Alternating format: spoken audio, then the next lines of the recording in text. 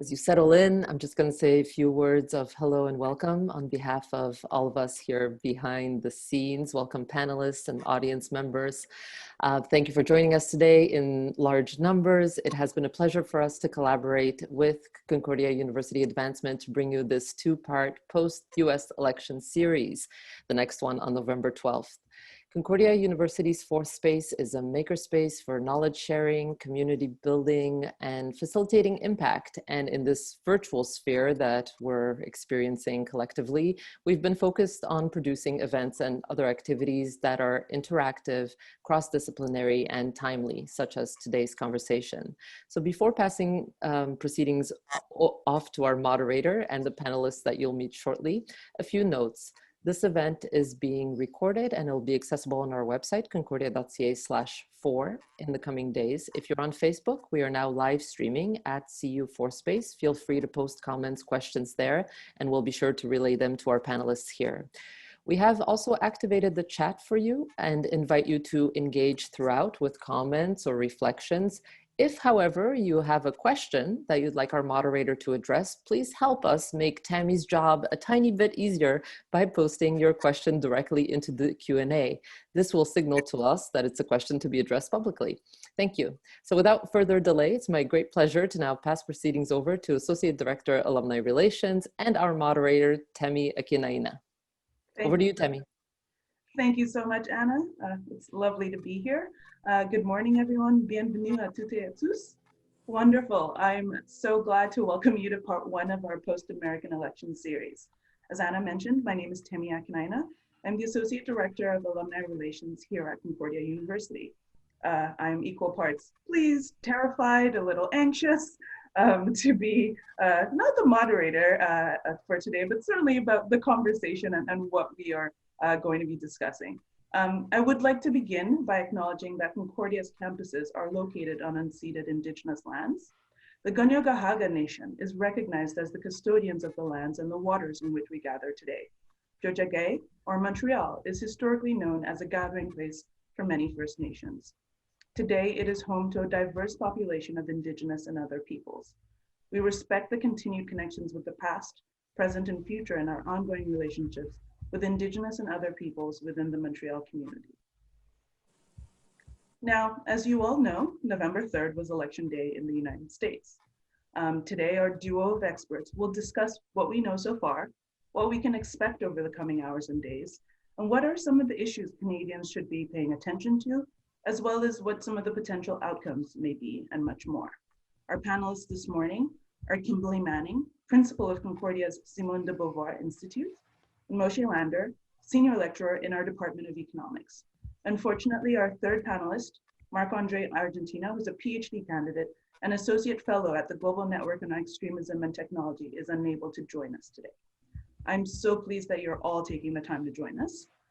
As Anna mentioned, this session is hosted in partnership between Fourth Space and University Advancement, and Anna will be managing the conversation in the chat box, but we will be using the Q&A icon to submit questions for the speakers.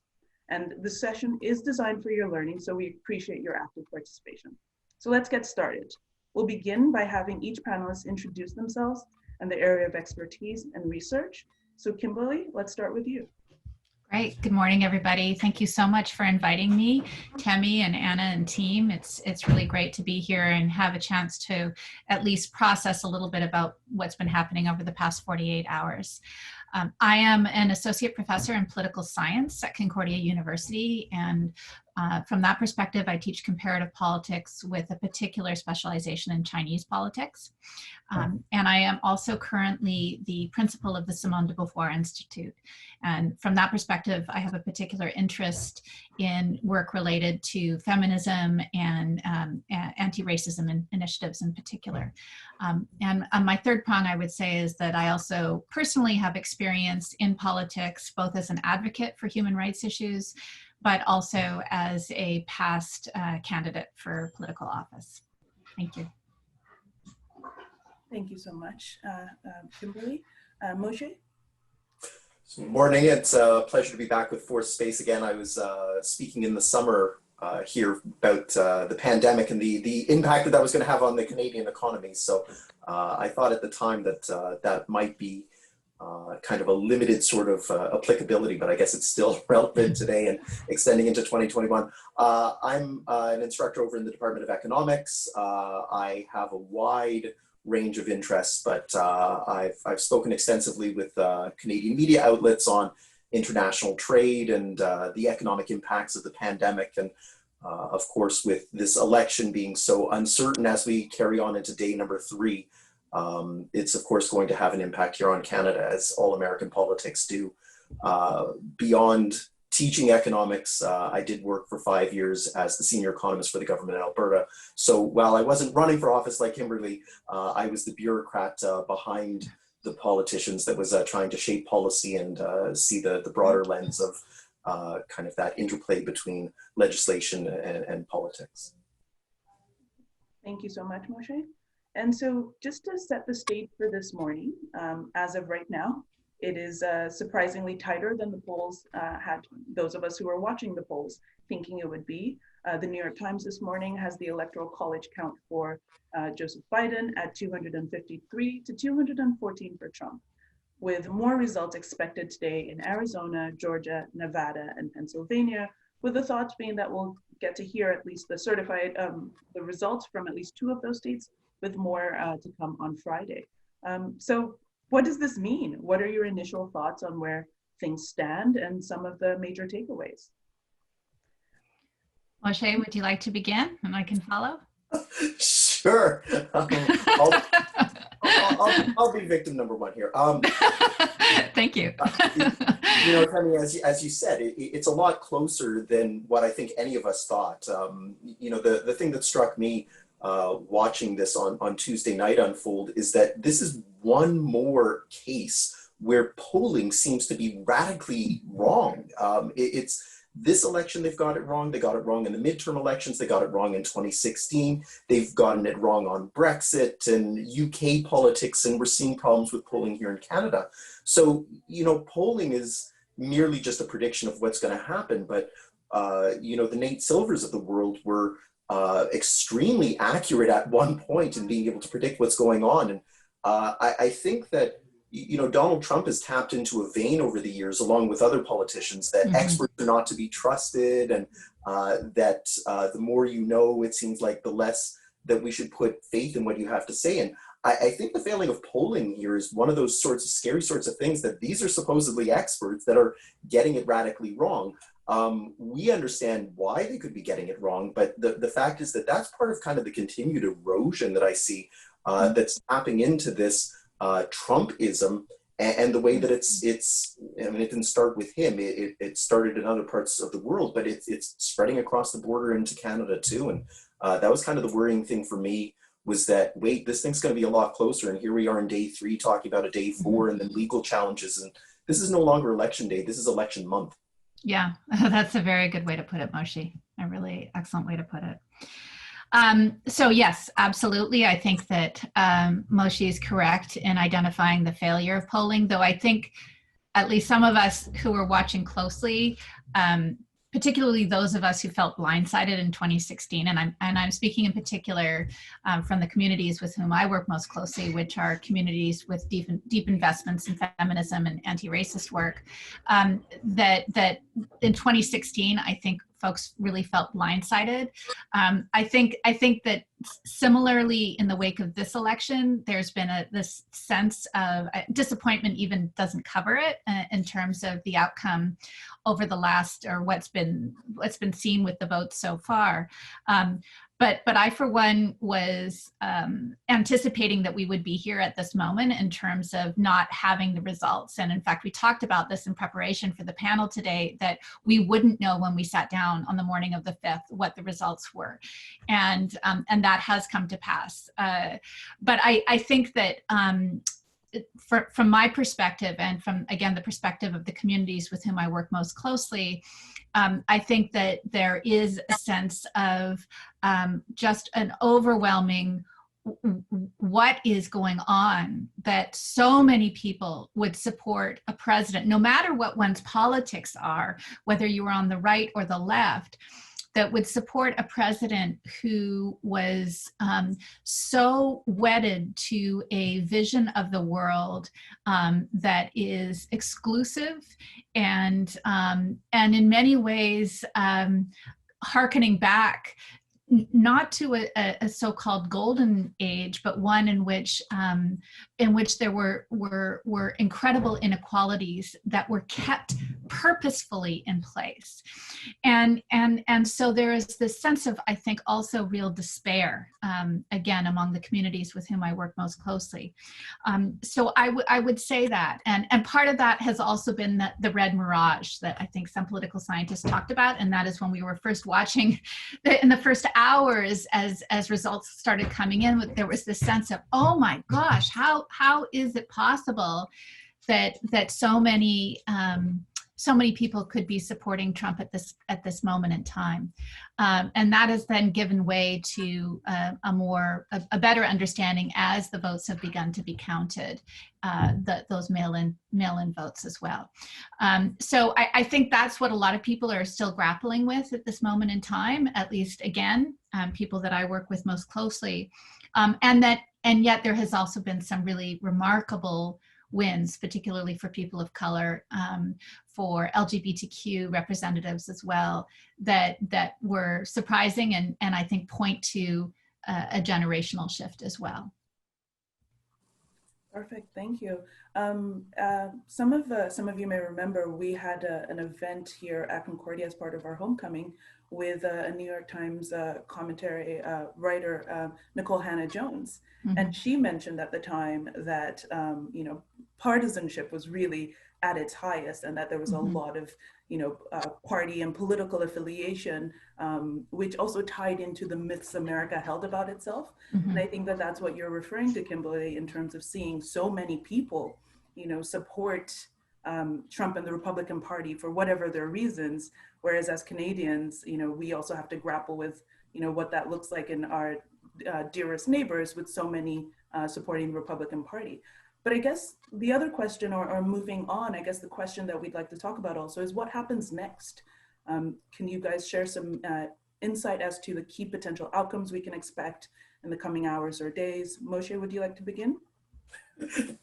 So this is having me start every question. So look, from a logistical standpoint, I think that what happens next is we need to know who won officially, right? So I think at this point in the next hopefully 48 hours, there'll at least be a confirmation that presumably it looks like Biden's going to win.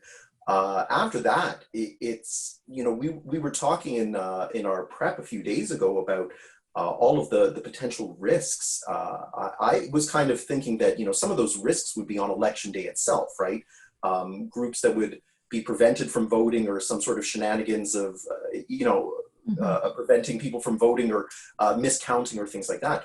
The fact is that really the chance for chaos comes once a winner is declared, right? Yeah. Traditionally, you would expect that the loser would concede. And I'm kind of reminded, maybe Kimberley can correct me if I'm wrong, 20 years ago in the Gore Bush election, I seem to recall that earlier in the evening, Bush had called Gore to concede. And then when Florida started to move in a different direction, he quickly disavowed. He didn't say, "I'm taking it back." He said, "No, I didn't." I see visions of that happening here, but in a way to incite chaos, where Bush was just really trying to back himself away from it. Is this the type of thing where Trump privately calls Biden and says, I concede, and then goes out in front of a camera and says, "I've never conceded anything. He's lying, and this is one more case of fake news trying to steal an election from us." And that's when the silliness begins.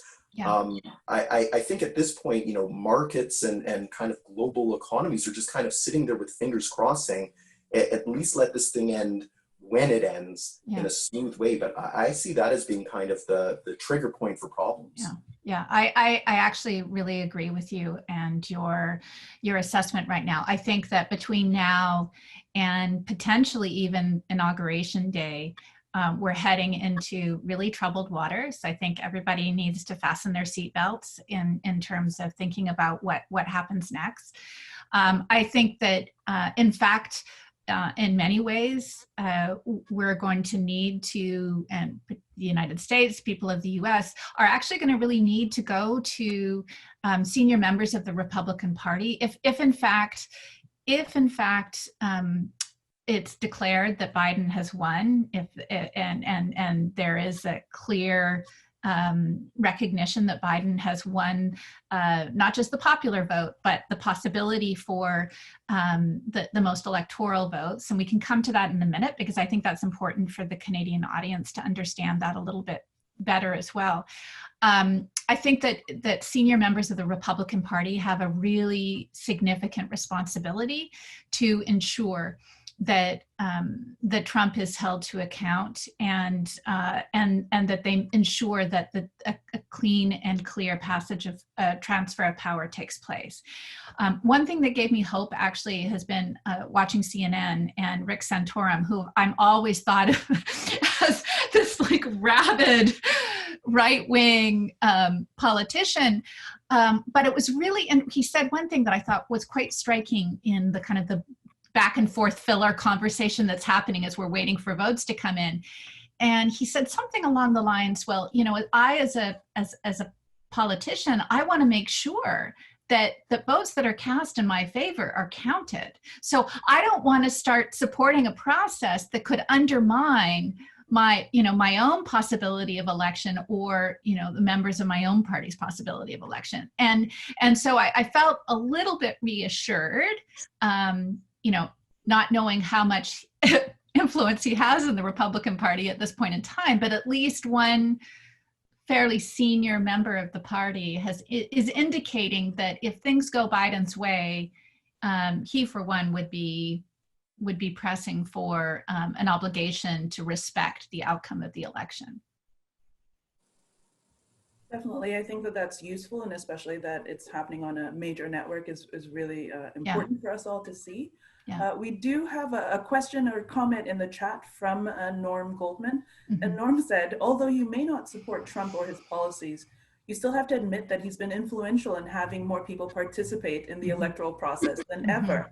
Yeah. So what do you think, Kimberley? Would you like to start out by weighing in? Sure. I mean, and this is certainly the case. Since 1900, I think there has never been as many people voting in the election as has taken place, on this week.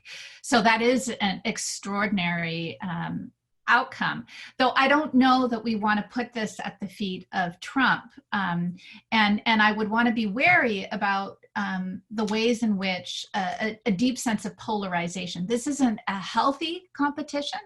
This is a sense of deep-rooted anger, and I think Biden was really yesterday afternoon in his speech, which was not a victory speech. It was we're all waiting and watching, we're seeing what's happening speech.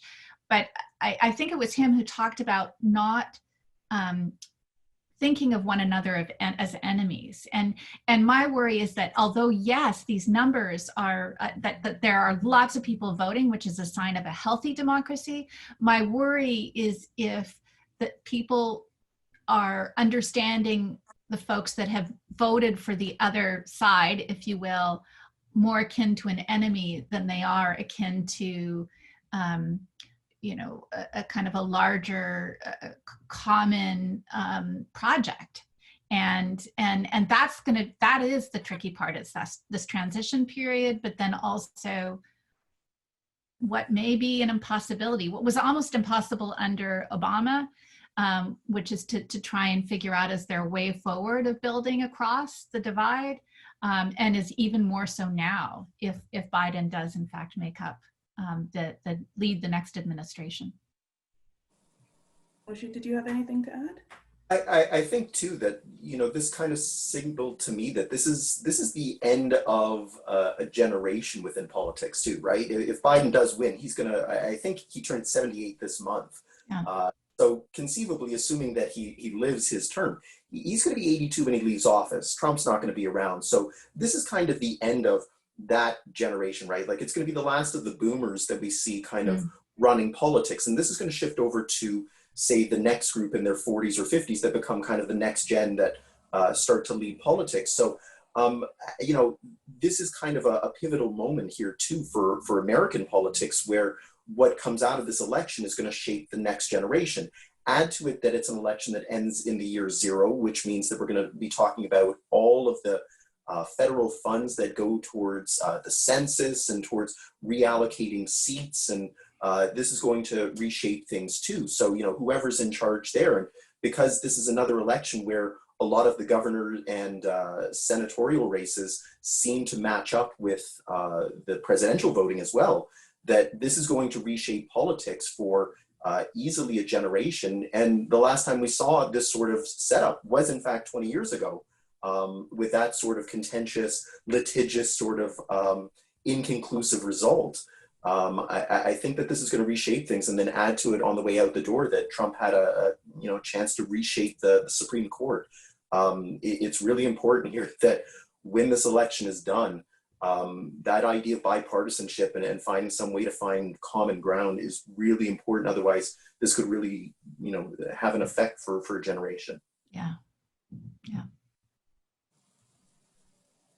Okay.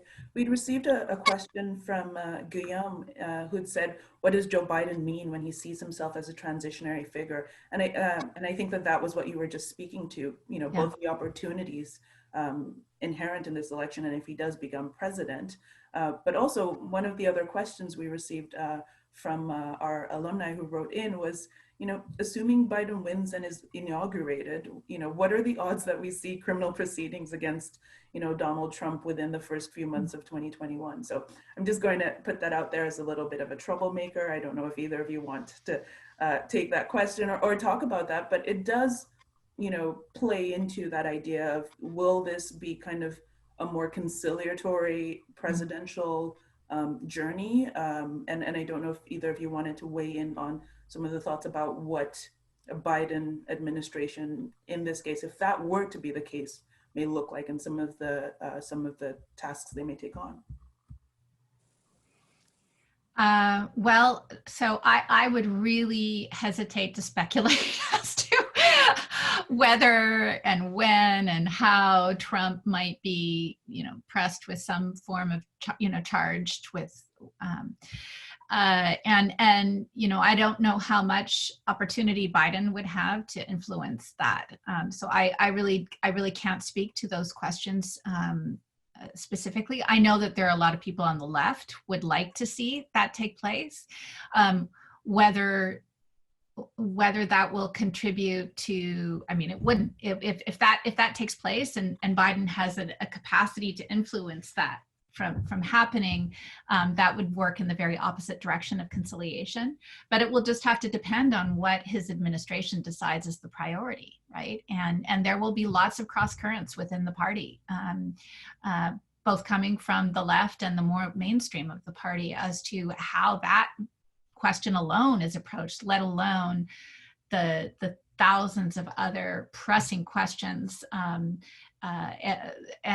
issues that many, again, on the left or in the Democratic Party, even in the mainstream, would see need to be addressed immediately. So I don't know if that answers your question in a kind of a roundabout way, but I think the answer is it's complicated.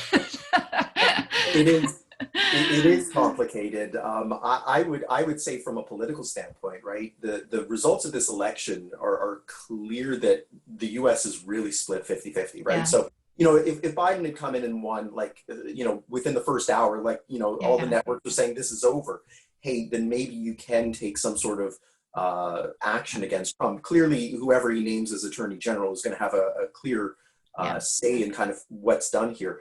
The fact is that because it's 50-50, do you really want to risk your one-term presidency, and that's all he's going to have, re-engaging in a pursuit of Trump? The Congress already tried it in trying to impeach him, and that fell on deaf ears. The Senate is not going to be in Democratic hands. So it just seems like, why do you want to risk your political capital chasing this man? And the fact is that, is there the slightest opportunity that Trump's just going to leave the country? He's going to leave behind, say, a TV network, call it TNN, And he's just going to take off, never to be heard from again, or at least to be heard from the shadows or beyond the reach of American justice. I think that, does he deserve to have criminal proceedings? That's a different discussion, but are they going to try and establish beyond a reasonable doubt his criminal activity and things like that? I just don't see what's to be gained from that. And, in US politics, kind of once you cross that particular line, it becomes fair game. And we've seen that kind of salami tactic movement in the kind of degeneration of American politics. If this is now some sort of idea that, hey, we can go after the predecessor, even if it's on legitimate grounds, are we going to see that in 4 years' time that they're going to try and go after Biden? And, yeah. You know what? Don't open the door. Just take the high road and just say that we're going to put this in our past. We have a lot of work in front of us, pandemic, economy. Absolutely. Yeah. And in try and figure out how to avoid this sort of situation where the moderate center can reemerge, whether that's through redistricting or something like that. And let's just kind of, view that as a part of our history now rather than part of our present. Yeah. I agree with you, Moshe. I also think that there's going to be a lot of pressure from within the party itself to take decisive action on this. And so I think that it's not just the healing, the divide across the US. It's also, again, there's a pre-existing divide within the party, the Democratic Party as well, and how that plays out and continues to shape this administration as well as the potential for future administrations is I think important as well. And I think this is going to be a decisive issue. And Temi, that goes back to your point too, where you're asking about a transitional presidency, right? That Biden, by most measures, is traditionally part of the centrist wing of the Democratic Party, and they're starting to disappear. So what he leaves behind, is he going to leave behind a strong center the way that when Clinton left office, there was at least a center of the Democratic Party that was still around that Al Gore tried to continue? Or is that going to be washed away? And, Kimberley, the people that want it out of the Democratic Party are kind of on the farther part of the left wing of the party. Yeah. And so if they come into the ascendancy through the vice president and through kind of the new leadership that's emerging in Congress, then yeah, they're going to be the voice that's screaming for it. I don't know that it's going to be from the old guard center. Oh, I agree. No, I agree. It is coming from the new left wing of the party. I agree. Absolutely. Yeah, but it's interesting, right? Because, you guys have mentioned about kind of Biden's age and the possibility of change and progress.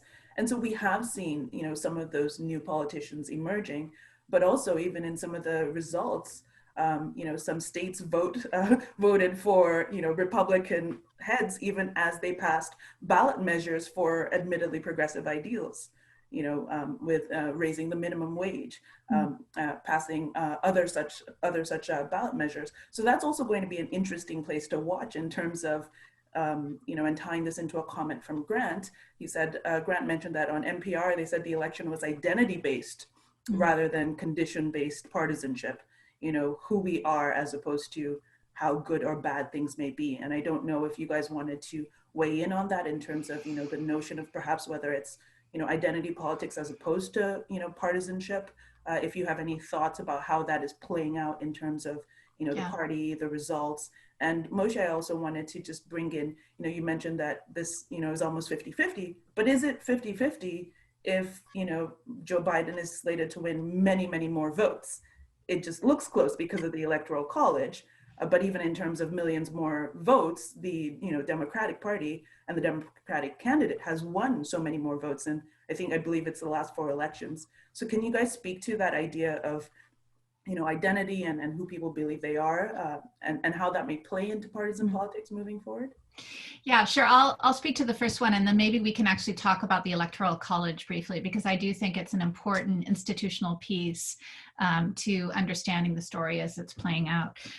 So when I was watching the first evening when the results were coming in, a teenager who I love very much, commented as she was watching John King on CNN. And yes, I must admit, we were watching CNN and not another news outlet. as John King was doing his reporting and was sort of gleefully rubbing his hands, right? I mean, just so excited at the kind of the moment by moment that was happening and playing out. And my young friend turned and looked at me and said, yeah, it's exciting if you're a white cis man, right? And those comments really speaking to the fact that everybody feels like there's a lot at stake. And I think, in fact, white cis men who are voting for Trump feel like that there's a lot at stake in terms of the future of their country, including people that I know and love, right? But I think what that comment also says is there's an acute sense of vulnerability, and particularly for folks who are racialized and who, in a far greater majority, were supporting Biden, and for people like LGBTQ people, though, as has been noted already, there was a greater percentage of LGBTQ people supporting Trump in this, at least in the results, the exit polling that we've seen so far. And again, we have to be very careful about the exit polling because it's not encapsulating all these other votes that are coming in. So I'm very tentative about what we can really say about who was voting for whom and why at this stage.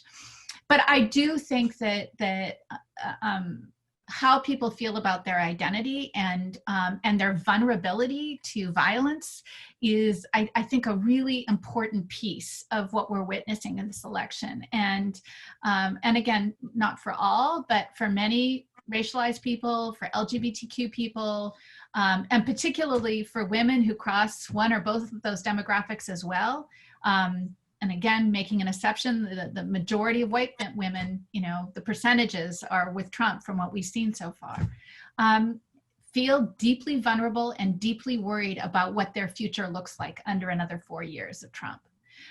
So yes, I think that there is a deep connection to those issues, and also the way the discourse has shifted, and the way in which I think a new generation, coming back to the teen that was speaking to me as we were watching the election results come in, the sense of precarity and vulnerability that has always existed, right? It's not like these issues are new under Trump, but they went to a whole other level under the last 4 years of the administration, the Trump administration. So I think that's a really important piece. But I think it's also equally true of the white cis men, non-trans men, supporting Trump as well. Yeah, well, Trump ran explicitly on law and order, so that idea of will your community be safe was an argument that he also used to frame the rationale for why he should be reelected. Mm-hmm. So thank you very much for sharing that. Moshe, was there anything you wanted to add on this? It's part of just politics changing in the last 50 years. I think back in, the Goldwater and Nixon sort of days, we saw like a huge sea change then too, right? The 1960s, late 60s, early 70s brought this kind of switch that in fact, it basically turned the South Republican, right? It was traditionally Democrat. And so I think we're at kind of one of those pivot points too here, where we're seeing that traditional idea of what left and right is totally changing. Yeah. From an economics lens, I've been arguing that left and right is being replaced by, say, open and closed. But, I'm seeing that as an international issue, but that's also a local issue too, Ben, that the idea of openness to society, open to different sorts of lifestyles and versus closed. The idea of we don't want to engage with foreign countries starts to spill over domestically, that we don't want immigrants and we don't want people that don't share our beliefs, our values, our lifestyles being in our neighborhoods, being in I think a lot of that was probably already underneath in the US. I think it's underneath in a lot of cultures, but I think what Trump did was he brought that out into the open in a way that just, he was unabashed, unashamed, and just, hey, I'm going to say everything that everybody might be thinking, but nobody wants to say publicly. And I think that resonated with certain groups of society that said, great, at least somebody is able to say the thing that we are just not able to say. And I don't want to say that social media is partly to blame for this, but I think that, the fact that you can now almost live, especially in a pandemic world, where your social interaction is basically limited to behind a screen with people who have your shared sensibilities and not have the need or interest to go beyond that. I think that's also reshaping the way politics is. And I think just he's the first kind of social media president. And I think that he understood it better than his competition over the last few years, and was able to tap into that. So I kind of, like I said, seeing that generational change, the next generation that comes is going to be much, much more comfortable with these sorts of debates and positions. Yeah. Well, even as an example, Alexandria Ocasio-Cortez. I was just going to say the same thing. The undisputed queen of Twitter, I think. Yeah. Other media, other forms of social media as well. Yeah. But I think that is a useful segue in terms of, open and closed. And what does this mean for Canadians? Can we talk about some of the specific issues that we should be watching for or concerned about, either at this point or, depending on who the next president will be? I know that Moshe, as an economist, I think you definitely have some thoughts around this. Donald Trump did a lot of damage with the Canadian relationship, right? I mean, he was name calling the prime minister. He was attacking NAFTA, which is probably one of the greater successes that Canada's had economically over the last 30 years. I was thinking back to being a kid, being a teenager, and just thinking about the way that businesses operate in this country now, just thinking of the things that are available on shelves that we would never have conceived of, or just thinking back to what was, the Sunday close laws and the limited sorts of variety of goods. So, NAFTA was a great accomplishment, and for Donald Trump to come out and trash it and then trash Canadian politicians and calling us sneaky and liars. And, I think that one of the first things that Biden would need to do as president is at least just extend we have a long lasting relationship, a shared culture, shared history, shared language, shared belief system underneath. And let's try and kind of put that in the past.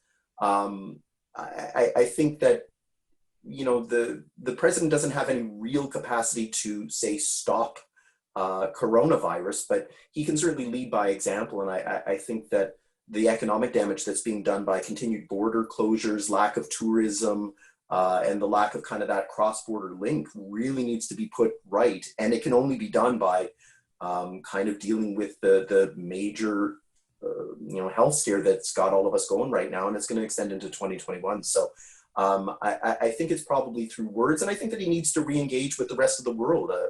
Again, open, closed. He needs to let down the drawbridge and say, we might not go back to our old role as the enforcer or the moderator for the world, but we're at least going to kind of re-engage in a way that wasn't done. I think that Canada goes as America goes. And so if we can kind of see that that's where the US wants to go, it might stop some of the increasing warning signs that we might be seeing in this country that looks like that politicization is creeping into our politics here too. In Alberta and Ontario, even here in Quebec, we're starting to see that there's just kind of those roots of it starting to grab. And I think that we'll follow kind of the American lead. Yeah, I think you've made a couple of really important points. I think that there is a direct relationship between the political discourse in the US and what is deemed acceptable here in Canada. Because no matter if the border is closed, certainly social media is not, nor are TV, all the other ways that we get our news and understand how the world is taking shape. So I think that you're correct that, and I'm hopeful that if there were to be a Biden administration, if Trump were to take the exit, that it would at least help. It doesn't in effect erase or overcome all of our pre-existing forms of racism, of which there are many and ongoing, but it does help to turn down the temperature and perhaps decrease the kind of validation that's been coming out of the White House for some of these behaviors, including an anti-immigration kind of discourse and attitude, including here in Quebec. So I think that is really, really important. I also, I think that, something that and I do think that there will be not just discourse, but I think there will be measures taken under Biden that will directly address the pandemic in a way that, again, it's going to be hard. And some commentators have been asking about the Senate and the fact that the Senate is likely still going to be led by the Republican Party. It's going to make it much harder to put through the kinds of either relief packages or packages to try and address the pandemic directly.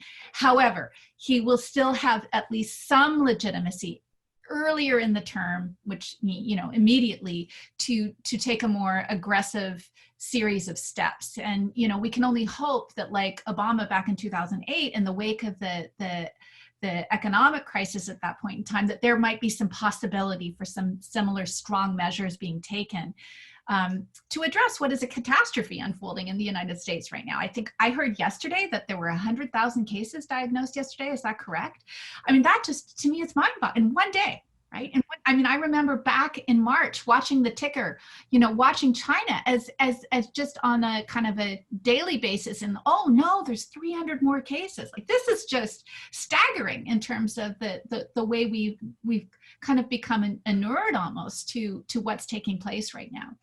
And I do want to make a final comment, which we haven't talked about yet, which is, I think under Biden, we will see the potential for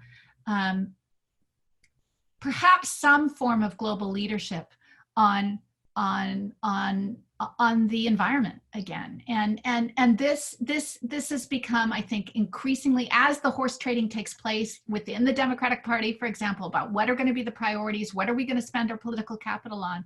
I think there's going to be a lot of push for the environment being one of those places, that the idea that we're going to build back better, which is, Trudeau kind of one of the phrases that our prime minister is using. I think that will be perhaps one of the directions that they will go. And that is, okay, if we're going to rebuild, we're going to try and rebuild a country that is at the very least not contributing the way it has in the past to the kind of the global warming and the potential for future calamity as a result of riding roughshod over the environment. Perfect. Thank you guys so much for those answers. Kim, before we go to the Q&A portion, I know that you did want to talk about the Electoral College a little bit. Yeah. So, yeah, and I'd love for Moshe to weigh on this too, but the thing that I guess I'm very aware of and that I'm concerned, I think there are a number of sort of potential points for there to be violence or severe discord at the very least. And one of those areas is the composition of the Electoral College. So we already know, for example, that Trump has lined up lawyers and is disputing some of the votes that have come in certain states. From what I understand, the Electoral College, each state sends its own representatives to go to the Electoral College, and that those list of electorals needs to be submitted by December the 9th, and then the vote will take place on December 15th. The problem here is that, or at least if one's concerned about the stability of this institution, is that different states make up that Electoral College in ways in which they can be subject to, for example, state oversight. So if there were to be a Republican institution in place at the state level, depending on how the hierarchy of leadership is broken up, they could potentially send their own electoral representatives if they're disputing the way the vote was counted and disputing the outcome in the state itself. So you could, and this has happened before in the past, have two contingents of Electoral College voters going to vote at the same time. This is a very frightening thought, particularly at this moment in time. Again, it's happened before, it's not without precedence, but given the current political climate, this could be one of those moments where you have people heightening up the discourse and potentially resorting to political violence. Again, not to not to go over the top and scaring people, but it is one of the points that I'm worried about. And of course, you know, again, just to reiterate, when Americans vote for their president, it's not a direct vote. It's different from how we vote in Canada. We often see, you know, when we have a federal election, you know, it's often a sort of you know, the current prime minister record is often part of how voters are trying to decide whether or not they're going to support their own candidate. It's not direct, right? It's not direct in the United States either. So you have, in a sense, as a result of the percentage of the vote in the state, and then that determines who the Electoral College representatives from that particular state are going to be sent to Washington to vote ultimately on the 15th of December. Moshe, do you want to add to that a little bit? In terms of thinking about, you know, what could play out in the coming weeks and the legal implications of Trump's already brewing lawsuits and court challenges?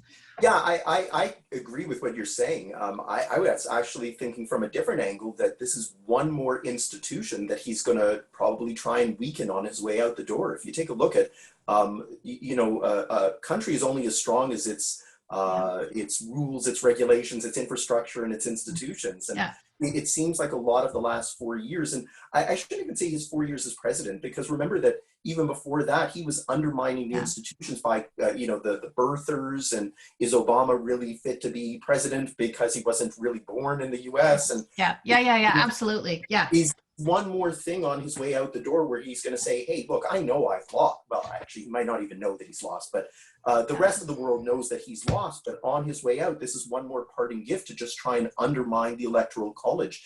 It's a very antiquated system, of course. It's you know, a quarter of a millennium old. And it's not something that a lot of other countries are familiar with or have experience of. Even where you said in Canada, we don't vote for the prime minister directly, but we at least are, you know, voting at a local level, and that aggregated vote turns into who becomes the prime minister of the party with the most votes. So in a way, we're working on a different system, but we at least understand the system that we're working under. If he can undermine this Electoral College, which I don't think a lot of people, even in the US, understand to begin with, what does that mean 4 years from now then, when you can say, hey, that's irrelevant? What happens if in 4 years' time, there's a Republican that wins the popular vote, but it's a Democrat who wins the Electoral College? Do we have the ability then to create violence years and years off into the future because this institution has been called into question? And there's nothing else to replace it, too. Yeah. I'm just going to play the political science professor for a minute. So this is a book, How Democracies Die, that I taught in my comparative politics class this past spring.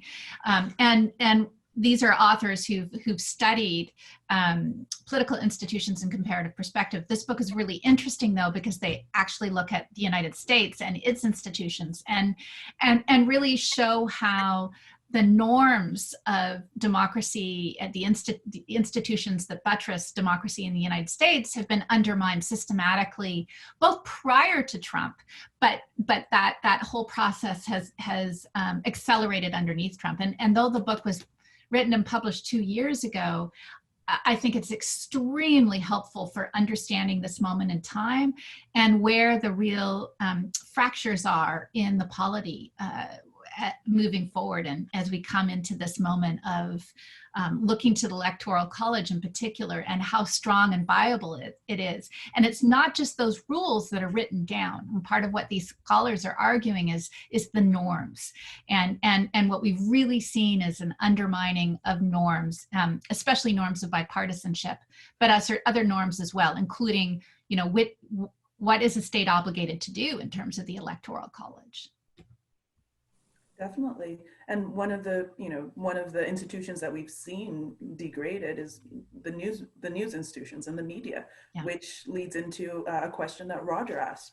Can you guys talk a little bit about the role of media and ethics? So for example, kind of, you know, Fox versus CNN and the roles that they may have played in either, you know, deepening these divides or even in terms of actually shedding light on some of these norms, rules, laws, in terms of you know, information sharing and raising awareness about what it should be. So if you can talk a little bit about that, Kimberley. I think this is more Your area, but certainly Moshe as well. Well, I mean, it's interesting. I think I actually haven't seen a lot about the role of social media, particularly in this election yet, or there's been less. And that just leads me to ask, have the social media platforms, the Facebook in particular, other related forms of social media, have they been more effective at curtailing some of the misinformation that was being, that really amplified under the 2016 election. And one thing that does give me pause is that I know that Trump had tweeted something, I think it was election night, and that was actually taken down within 40 minutes because it was shown to be incorrect. So, I mean, it's an interesting moment in terms of that these struggles are ongoing with the social media platforms. How much responsibility do they hold?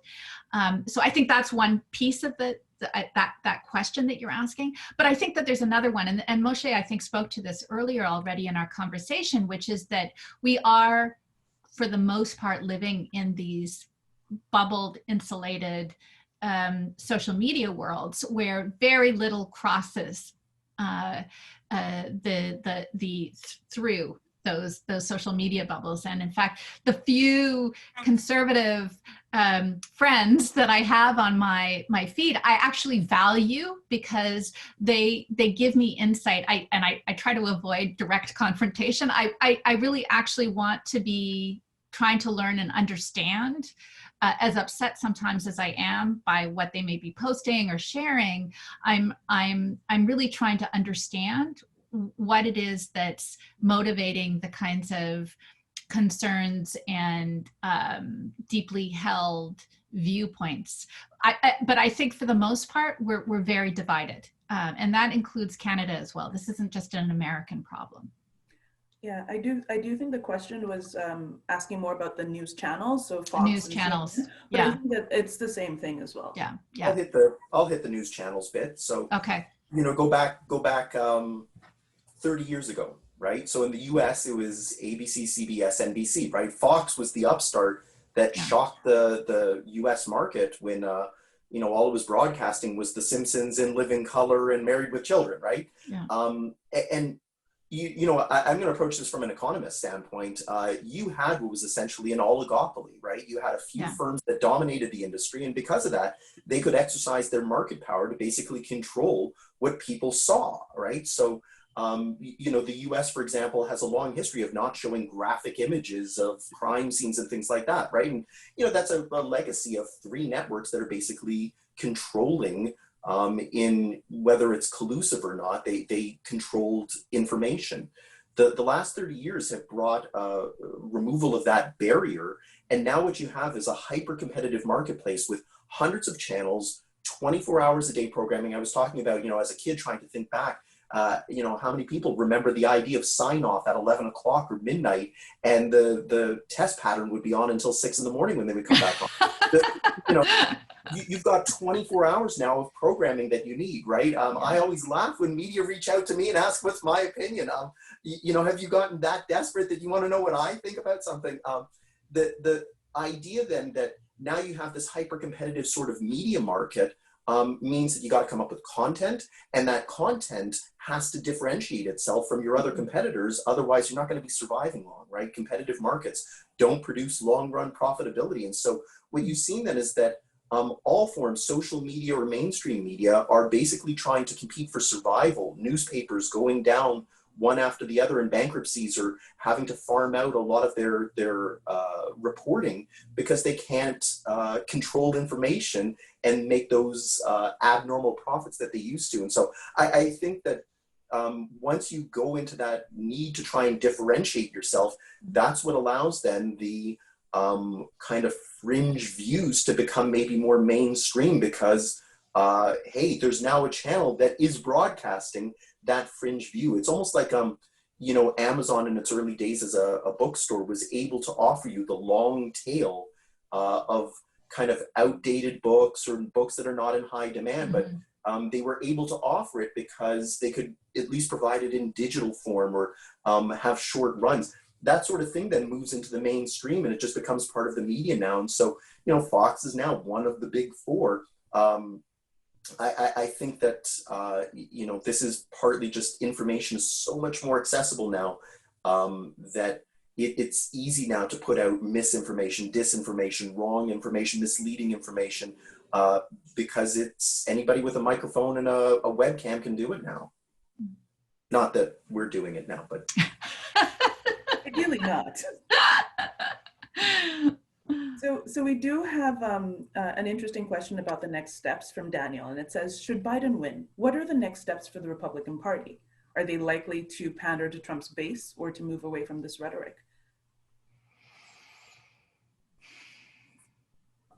I think they're continuing. Say what you want, it works. Kimberley said that we don't want to put the credit to Donald Trump for being able to motivate all of these votes, right? I think that was Norm's comment, that love him or hate him, at least got people to vote. But I think what it showed is that there's 75 million Americans who agree with that stance. If it ain't broke, don't fix it. And unfortunately, to the rest of us, we see that as broken. But I think the Republican Party says, hey, this works. Maybe needs a little refining, maybe a little bit of a shift in where we are. But if 75 million people in the middle of a pandemic are willing to brave their health to cast a vote, whether it's in advance or in person on election day, until you can show me that there's another model out there that's going to deliver these sorts of results, and overcome the pollsters' views that this was going to be a slam dunk election and the Senate was going to shift. Find Trump light and let's shove that person out here in 4 years. I do, one thought, Trumpism is alive and kicking, as somebody just wrote. I do have one pause though, and that is, you just said, people willing to go out, braving their health to go out to the polls and vote. For many of those supporting Trump, they don't see COVID as the same kind of threat that I think that many of the people voting for Biden who chose to mail in their ballots were. I think what's one of the things that I think is really interesting is that in part because of Trump's leadership, people on the right or folks supporting Trump do not see the pandemic necessarily on the same terms that it's seen. And again, this is a wide generalization. But I think there are at least some in the Republican Party who see the need for leadership, including at least some adherence to science and the importance of being able to parse out research. And again, not to kind of give a blank hurrah to all science, because as an academic, we spend a lot of time arguing over what is actually valid research and research results. Like it's part of the work we do. But it is to say, actually, well, we are going to come to some conclusions. And right now, the conclusions are pointing to the need to take major health precautions when we're out in public. And here's how and here's why, including wearing a mask. And so I wonder if there won't be at least some Republicans. My hope is that there will be some Republicans higher up in the party who will say, we need to step out and do a better job in our leadership. I don't know that will happen, especially given what we've seen over the last 4 years and the kind of repeated capitulation to Trump. But with Trump gone, will there be a greater possibility for greater integrity, I guess, and a kind of commitment to scientific debate and discussion and kind of adherence to, I think, something that's been a cornerstone of democracy in the US and here in Canada as well. And I certainly hope so, which leads me to the last question. And, we're getting close to the end of the session. And certainly, Moshe, you were supposed to be our kind of bringing it all together with the possibilities for hope. What do we see here that is hopeful? And unfortunately, I'm going to ask you to be very quick on this as you answer. So I'll do a 180 here, right? So from a Canadian standpoint, right, we have a long history with the US. I think that, this is going to represent 4 years of history that it's a pothole in the road, right? Anybody in Montreal understands when you hit that pothole in the road, it's a sudden, shocking sort of experience. But within a couple kilometers, you've long since forgotten about it, only to find there's another pothole waiting for you somewhere up the street. I think that this is the way that we're going to kind of see this moment, in the same way that, you know, September 11th has now become just kind of part of what we experience, where 20 years ago we said that this is a world-changing, never to you know, come back to the way things were. We did come back. The financial crisis was one of those things that this will change things forever. The pandemic right now is something we're saying will change things forever. I think we're resilient. I think as human beings, we're resilient. And I think we'll find a way back to something resembling normalcy. It's just, this is a pretty big pothole bordering on a sinkhole, but there is hope that you know, we built up enough credit over the years that I think this is just kind of a moment in time, rather than the way the future is going to be forevermore. Thank you so much, Moshe. I certainly agree, and I hope that it's just a pothole, and that, you know, the U.S. can be a more positive beacon for all of us and maintain the continued relationship with Canada and Canadians. Thank you so much, Kimberley and Moshe, for, you know, sharing your insight and your thoughts with us today. As you've certainly given us a lot to think about. As we mentioned earlier, this event is the first of a two-part series on the US elections. So if you found this conversation interesting, please be sure to join us on November 12th, where I will be joined by Julia Wolf, who's a journalist and data visualization editor at 538, who had a model that lots of people were paying attention to, as well as Concordia economics professor Arvind Jain. To register, you can follow a link that we're posting in the chat box. We would also really ask you, if you have just a few minutes, to follow through and look at the chat box for our survey. We'd like to hear from you about what you thought about the session and the other any other insight you might share. And I'll turn it over to my colleague, Anna. Thanks so much, Temi. Thank you all panelists for your time today, for sharing your thoughts, your expertise, and the attendees for animating the chat and Q&A. Special thanks for stellar moderation today, Temi. Well done. Before you leave, everybody, as Temi mentioned, we did post a very quick 30-second survey to fill in. If you could give us some feedback, it would be fantastic. We'll share it with the panelists and our collaborators here today. We have recorded today's presentation, or conversation, I should say. It will be on our website, concordia.ca/4 shortly. And on that note, thanks everyone at University Advancement that we worked with to make this possible, and all of our guests. Your generous collaboration has been really beneficial to us all, I think, today. We look forward to seeing you on the 12th. So on that note, I'll sign out and say goodbye to all. Take care. Bye, everybody. Bye.